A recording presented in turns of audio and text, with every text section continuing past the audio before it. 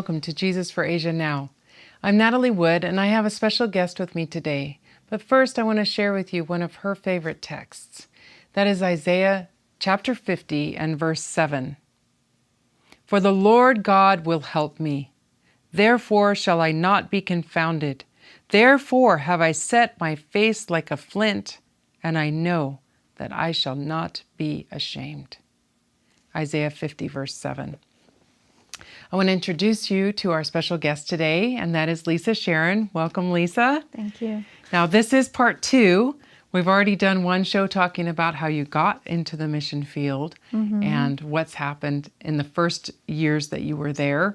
And we want to take it we'll start a little bit before we finished the last time, but we want to go on in the story because the Lord has done so much in your lives in the last couple years that we want to be amplified and we want to be shared. Okay. And we finished the last show talking about how a huge mango tree came down on one of the buildings, on the Mango Hall, which it was what it was named afterward. Right. It was the school building and the boys' dorm, but no one was inside, and No God one had was protected inside. everybody. Yeah. And we want to start there because what happened after that is kind of traumatic. Yeah. And I know at the time it must have been kind of frightening, actually. A little bit, it was. So was it soon after this?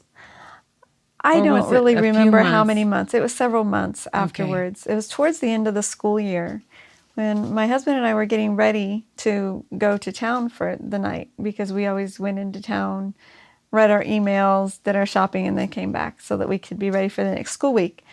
But we were just walking up the path when we saw a large group of soldiers and important-looking people standing up by Mango Hall. And so we were a little surprised, but we went up there and they informed us that the laws in Thailand had changed and that we were no longer allowed to have a school on the forest property. And so they said that we would have to move.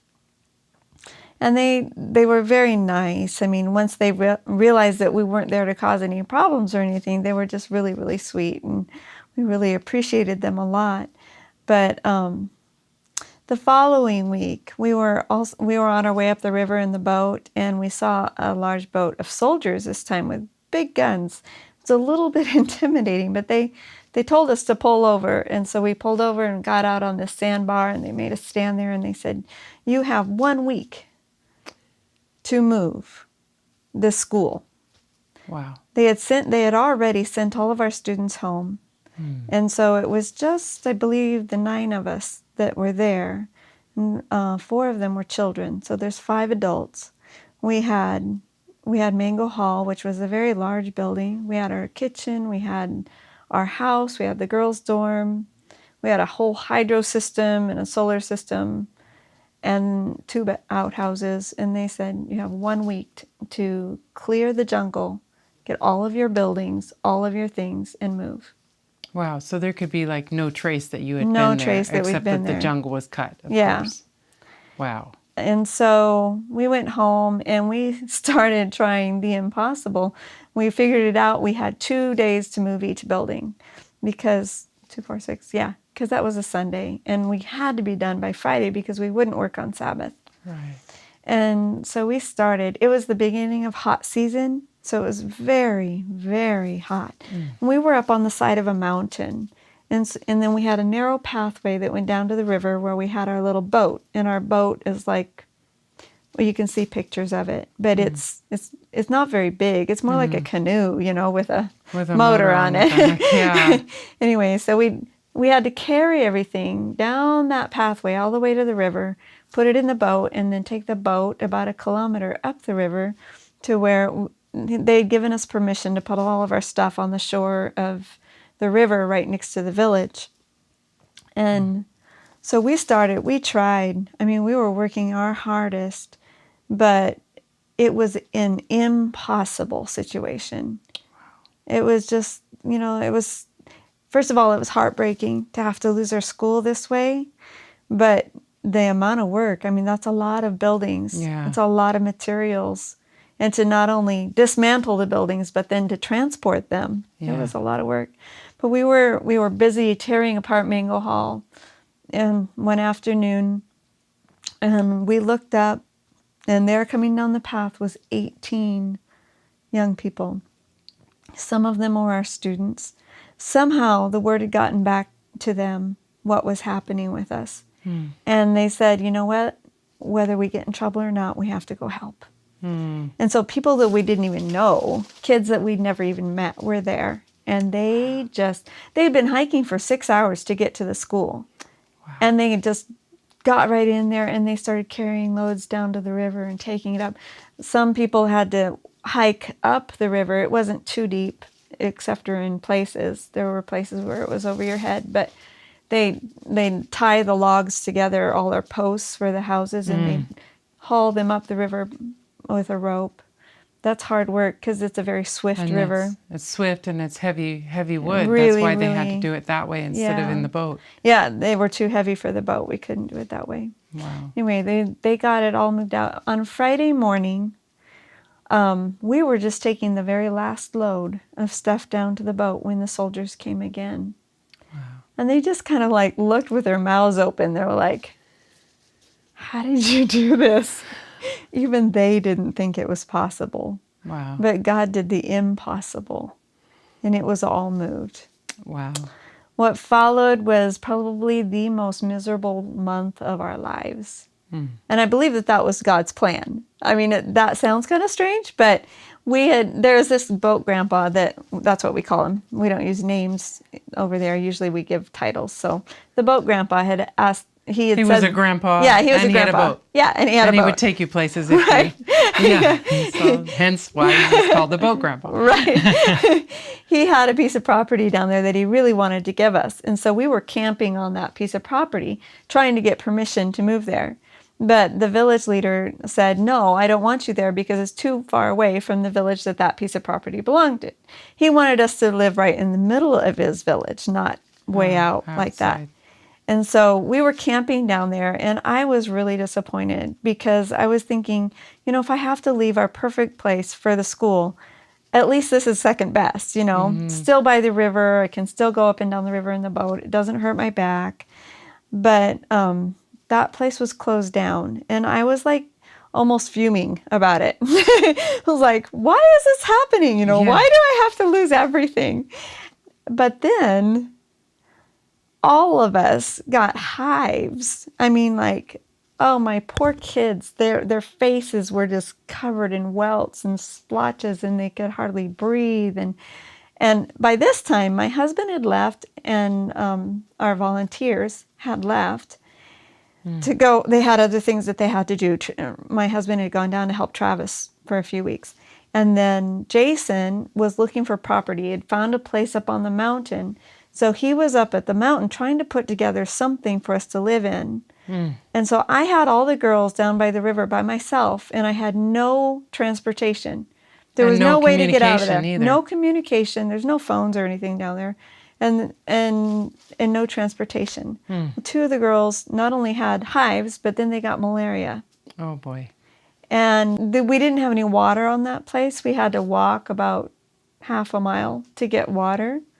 Well, that was one thing. It's so hot during that time. It's like 120 down there.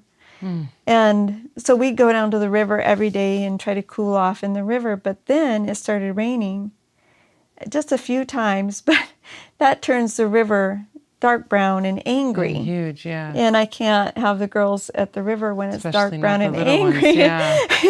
And so we couldn't cool off anymore. And then to top things off, we had taken a tarp and we'd made a tent out of it. And all of a sudden, all these bees. I mean, there was hundreds of bees in my tent. And I was so miserable. When Jason finally came back to get us, I'm just like, get me out of here. I don't want anything to do with this place ever again. Wow. And I think that's what God needed to do for me to make me willing to move. So we moved 7 kilometers up the mountain, up on top, where it was much cooler all of a sudden. And I hadn't realized how nice that would be. It was cooler, and we were close to a village. So we moved up there and we had to start building all over again. Our original thought was, well, we'll just rebuild the school up here and we'll have a school. But we got the classroom almost done when we found out that the government wouldn't allow that. So we could no longer have a school. Okay. And so then, it's like we found ourselves swinging in hammocks, going, so Just hanging out. what are we supposed to do? I mean, what's our purpose now? And, rainy season had started by then. And, I was teaching the girls and taking care of them, but I felt like I wasn't doing anything. And so I prayed and prayed and prayed about that. It was just so devastating. It was the hardest thing I think I've ever had to go through, to lose all our students and lose our perfect school, and everything was set up so it was comfortable down there. And to be in a village where we didn't speak the same language as the villagers. They speak Pokarin and we speak Ska. And the people were afraid of us. So we could see them looking at us through the bushes, but they weren't like being real friendly or coming to see us or anything. And with Asia, it's all about relationship. And so you have to take time to develop relationships before they will trust you enough to come to you and be friends. It's different than it is here in America. Yeah. But so we didn't know what our purpose was, and we prayed and prayed and prayed. And every time I would pray about it, asking God, I want something, teaching school was so rewarding. When you have students coming to you and they're telling you how much they appreciate you and learning about God and seeing the changes in their lives, it's so rewarding. But just taking care of orphans, that's a little different, You kind of start feeling like, am I doing it any good? Are they ever going to, get their lives straightened around? But every time I would pray about it, God would say, your kids are your number one job. Even if it was just the 4 of them at home right then, they are so important to God that he would take me way around the world just to take care of them. To become their mother. Just to be their mom. And that takes surrender. Because it's easy to be out in front of everybody and be doing Really something really active and what everybody else thinks is important. And what people can see. Yeah, what people can see and measure. But just being the mom is like, it's the most important job I could do, but it's also one of the harder things. Because there's really no reward in it. At least it doesn't feel like it at the time. There's little things. Yeah, little things. But it's not like a huge, yeah, rewarding thing. Right. Day after day after day. You see the light in their eyes. And yeah. So it was probably a very difficult year. But, I've learned through the years that if we surrender to God, he gives us joy. And the reward is so much greater than it would have been. And so I thought, well, if I'm going to just spend my time only with my girls, then I'm going to do a good job.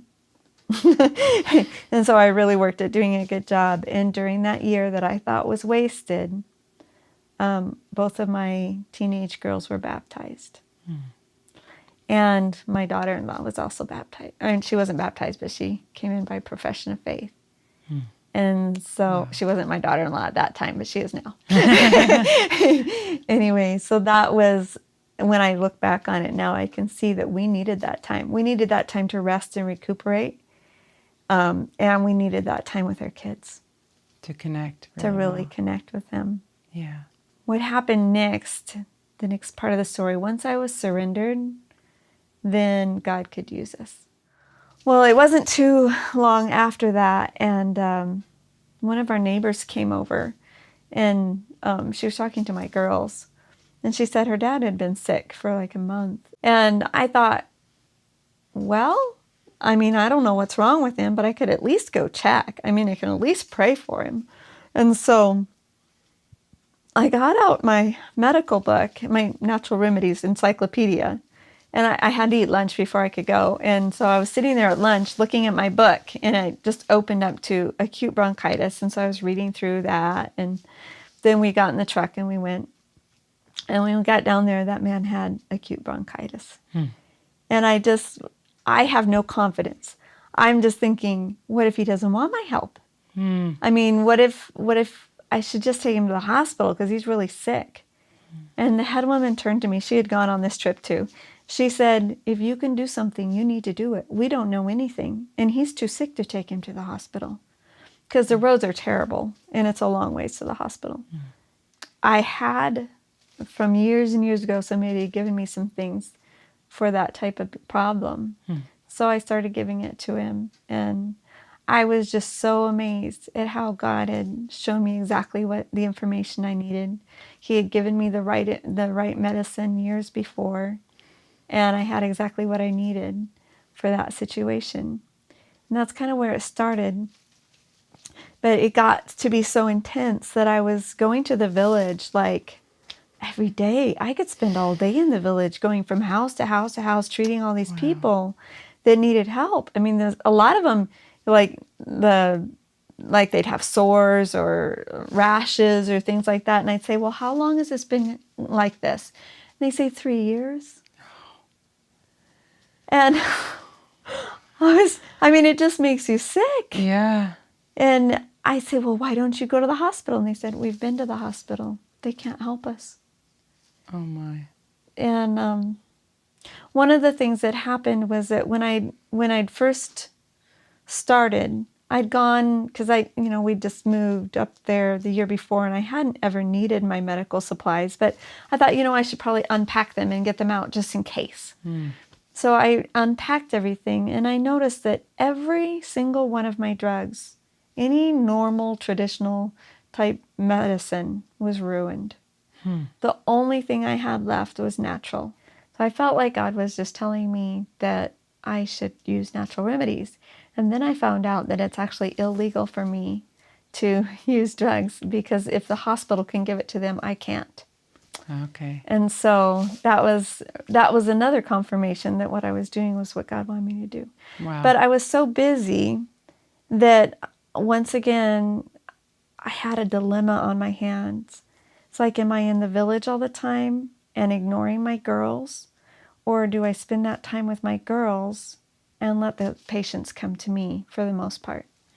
And I realized that God was asking me to stay home with my girls. And so what we decided to do is my older girls would go into the village with Becky, and she's working with me, and they would find the people that needed help. And if they were too sick to come to me, then I would go to them. But if they weren't, then they could come to me.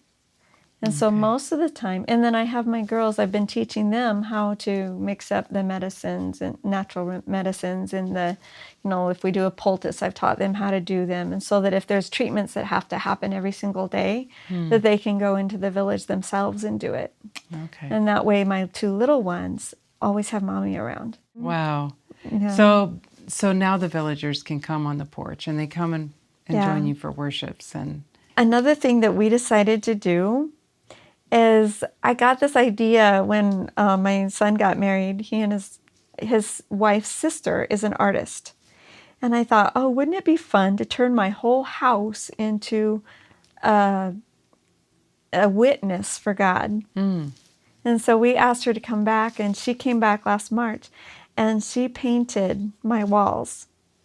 And we put Bible verses in Thai above the whole living room. There, she painted a tree and a pot, and there's a hanging plant and a cat with a butterfly. And then across the middle of it is Psalms 103 verse 8 in Thai. And then underneath it in English.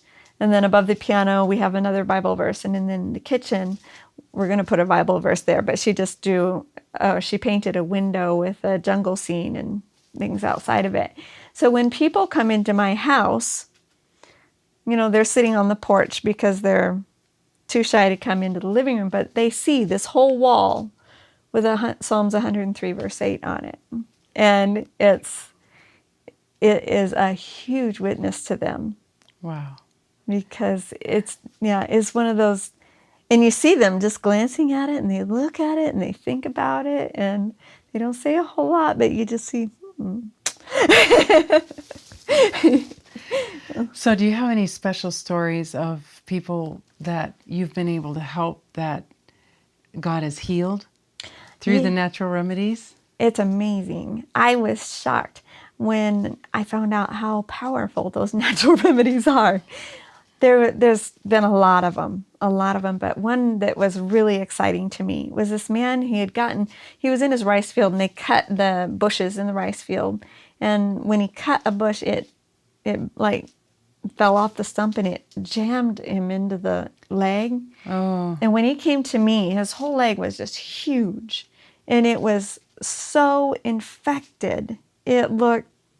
So he didn't come to you right away? No, he didn't come to me right away. He'd already been to the hospital, and they said that they had already gotten everything out. But it was so infected that I was afraid he was going to lose his leg. Oh, wow. And I'm thinking, who am I to do this? But I thought, you know what? I can do charcoal flaxseed poultices, and we'll do that twice a day. And so I got him started on that, plus garlic and things that would help with the infection. And twice a day we had to go to the village and do these poultices on him. And, I got rid of, it took weeks, but after about 2.5 weeks, we'd gotten the leg down to where there was just a little bit of infection left. But I could not get rid of the rest of that infection. I worked on it and worked on it and worked on it. And finally I told him, I said, you need to go to the hospital and have this opened up so they can get rid of this infection, because we've done everything and we can't Seems do like it. There's still something in there or something. Something. It was just wrong. We figured there had to be something in it. And he told me no. He was the most stubborn man. He's like, no, if it needs to be cut open, you do it. Oh, boy. He's like, I'm not going to the hospital. And I'm like, well, I'm not cutting it open. And so we went another week. And he still wouldn't go to the hospital, and it still needed to be cut open. And so finally, I talked to my son about it. I'm like, if you'll do the cutting, I'll tell you what to do. We have lidocaine. I think we can do this. And so we had him come over, and we were so careful. We cut just a tiny little bit and tried to look and tried to squeeze it out, because there was still a hole in his leg where the stick had gone in originally. And we had to cut a little more and a little more and a little more. And finally, we got out a piece of bark. And I was so excited. It's like, yay, we got it. We got this piece of bark out. So I put people paste on it. I didn't know how to do suturing at that point.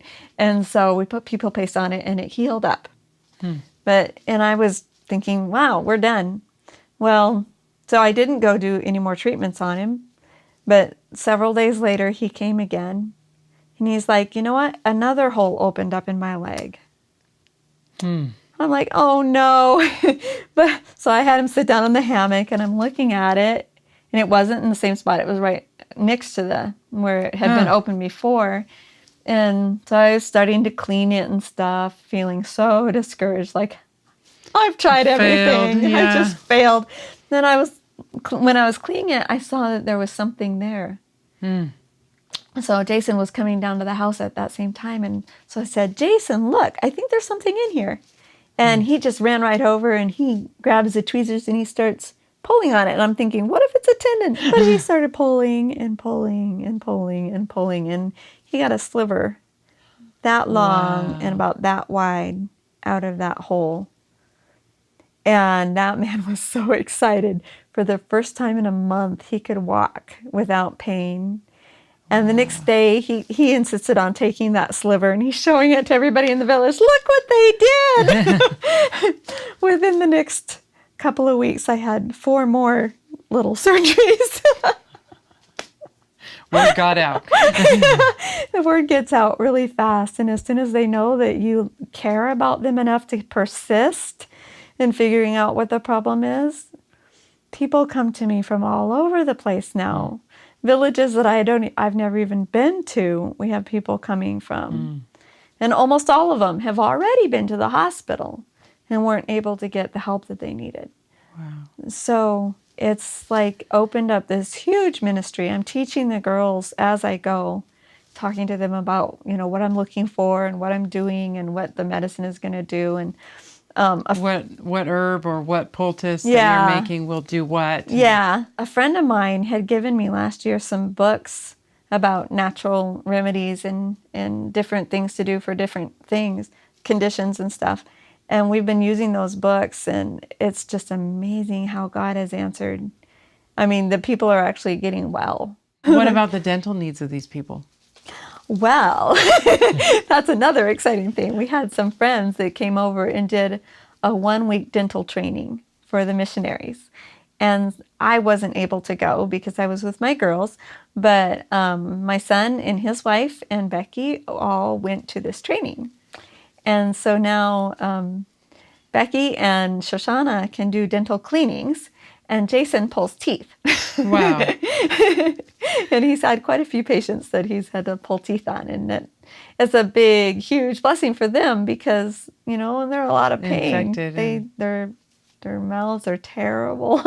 And Yeah, so they chew beetle nut in that area? they chew Yes. beetle nut, and they just, their teeth are So awful. their mouths are red and their teeth are black? Yes. And it's so sad. It is. Yeah. It is. I don't mind blood, but I'm so glad Jason's the dentist. Wow.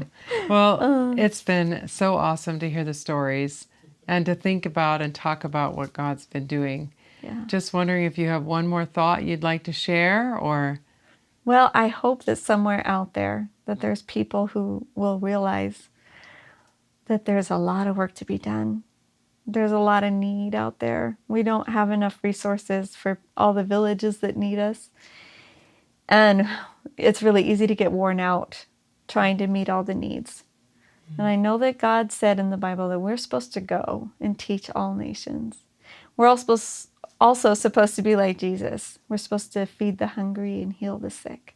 That's what he wants us to be doing. And I'm hoping that somebody will feel the burden to go. Wow. If God is impressing you to be a part of this ministry, financially or otherwise, please contact us here at Jesus for Asia, P.O. Box 1221, Collegedale, Tennessee, 37315.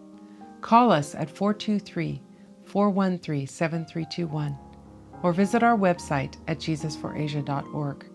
There is a lot of need out there, and I ask you to pray and be a part of God's work. May God bless you until we see you again on Jesus for Asia Now.